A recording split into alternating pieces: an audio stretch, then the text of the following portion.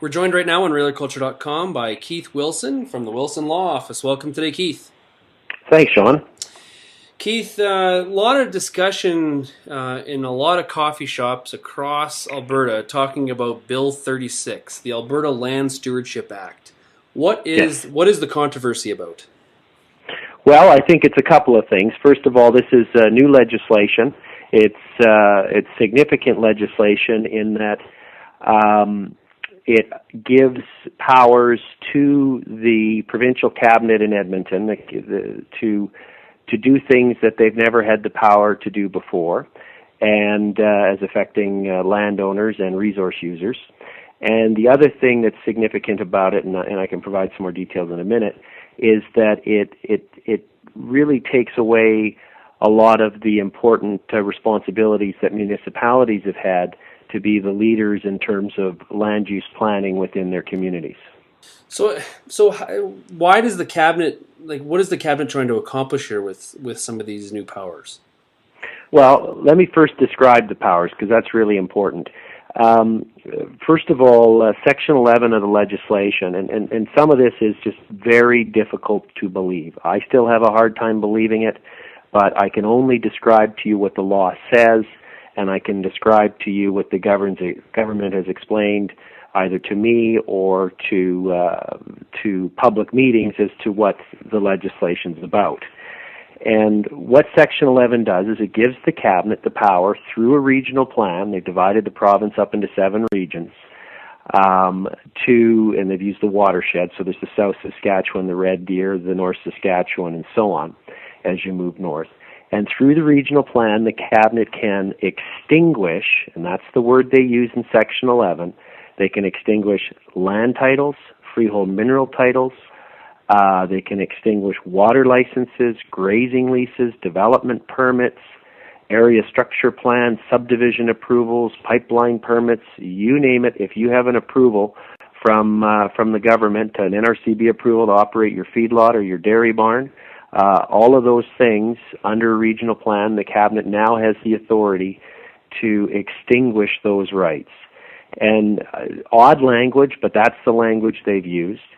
The other thing that's concerning about it is there's no opportunity for an appeal if the cabinet designates your land for change of use and any of your existing rights are taken.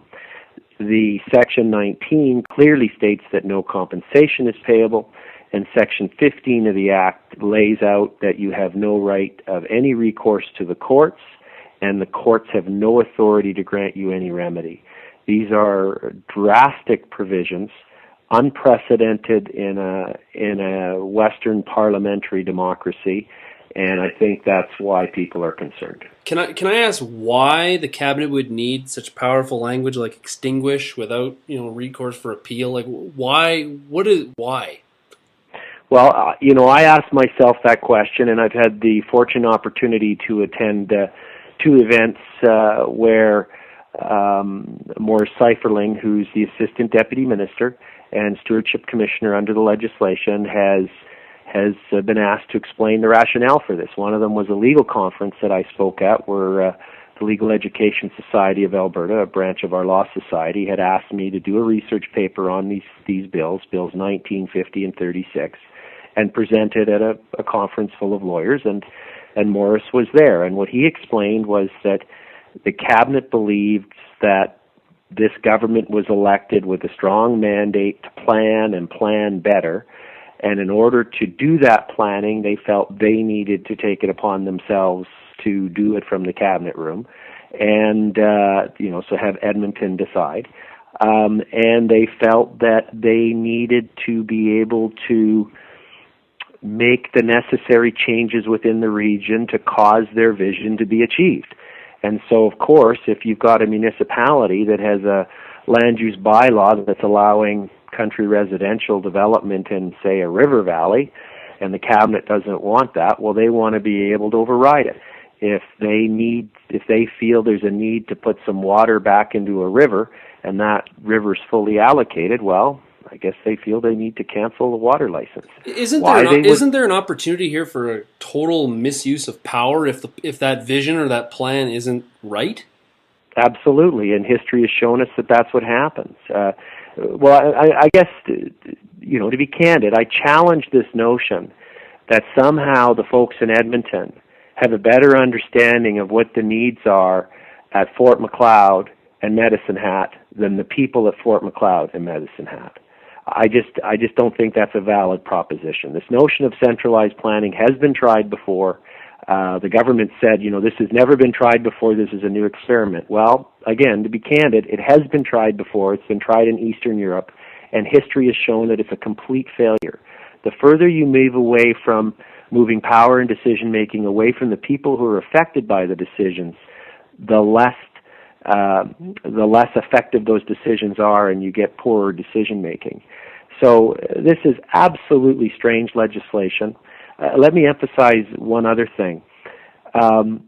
It's not that this act, and some of your listeners and readers will be aware that, it was about 12 years ago now, maybe more, that I was brought in by the livestock groups and the agricultural groups to help with the rewrite of the Water Act. And the first draft was terrible. It took all kinds of rights away from landowners, irrigators in southern Alberta, and so on.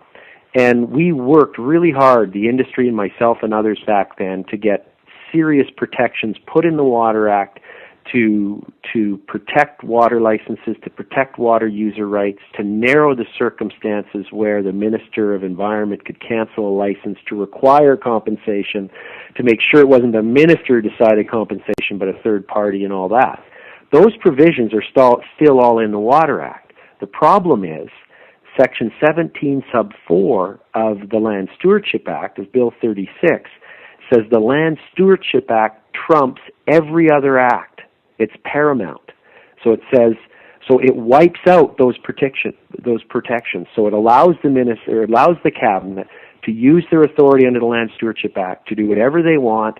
And if you still, just because there's protections in these other laws, they don't apply because Section 17 sub 4 says the regional plan trumps. Okay, so that's one of the problems that people need to understand. So not only do we have an act here that possibly gives a lot of power to the wrong people, but then when we do enact that power and I guess make some changes to people, there's no compensation. What is the reasoning behind that? And that is the explanation that Mr. Seiferling gave at the legal conference when that question was put to him, was that, and if anybody can figure out this logic, give me a call, because it doesn't make sense to me. What he said was, the reason they put the no compensation provision in was so that when the cabinet made the decision, and if it impacted on somebody's rights, the cabinet would make the decision knowing the consequences of their action. Makes no logical sense to me, is not a justification, but that was the explanation. He also said, and Minister Morton has said this, who was the architect of this legislation, Ted Morton, and he said this in media interviews, and it's documented, and I could send it to you. But he says that they took these provisions away for remedies to the courts and all that because they didn't want their policies and their planning litigated through the courts. They didn't want accountability to the courts. They wanted political accountability. And what's wrong with that proposition is, first of all, if you've been hard done by, if it's your farm or ranch that's impacted by this legislation, you've got to wait 4 or 5 years, and you've got to convince all other Albertans that you've been treated poorly.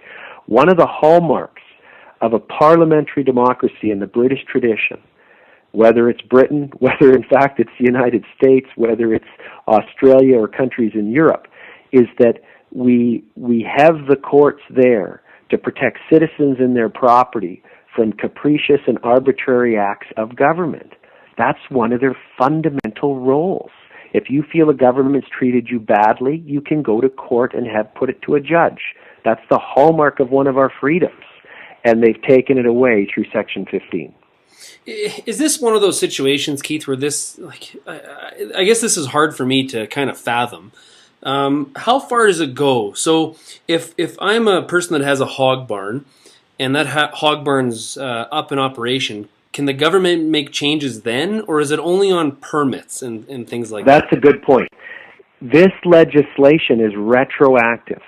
Normally, legislation applies going forward. So, for example, if a municipality, and we've all seen this in a small town, if you're in High River, Okotoks or something, and you go down Main Street or maybe Vulcan, a smaller community, and you see the old hotel is right against the road and there's a little 3-foot sidewalk, and then the next business is 6 feet back. Well, they didn't make that hotel tear down. It was a grandfathering thing. As the rules changed, new business had to comply. Another principle of our legal system is non-retroactivity. This legislation is written to be expressly retroactive.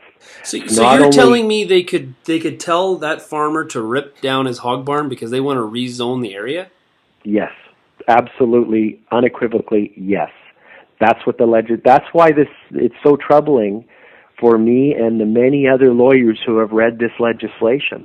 That's what it says. It is exceptionally difficult to believe that this government, let alone any thinking government, would pass this type of law. Now, let me put one other point on the table. In view of the awareness that's growing, because the regional planning process is now on in southern Alberta, it's game time for people down there. The government is saying, "Oh, don't worry, the Bill of Rights will protect you." That's completely false. The Alberta Bill of Rights will not protect you. The courts have been clear. Our Court of Queen's Bench in the Trellenberg case and the Supreme Court of Canada have consistently said if a legislature enacts a piece of legislation, such as Bill 36, that provides a mechanism for property to be taken, and that same legislation provides either no mechanism for compensation or says no compensation is payable, the Bill of Rights won't protect you. The court, and I'm not happy about that, but that's what the law is. So this notion that, oh, don't worry, these bad things with these new powers you won't be harmed by because you can protect yourself by claiming the Bill of Rights is legally false. It's incorrect. It's wrong.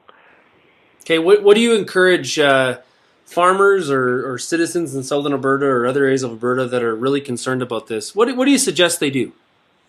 Well, simply this.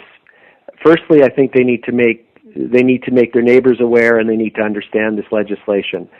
They can go to any number of websites and search these bills, and you'll probably find the legal analysis I did for the Law Society in the paper that's published.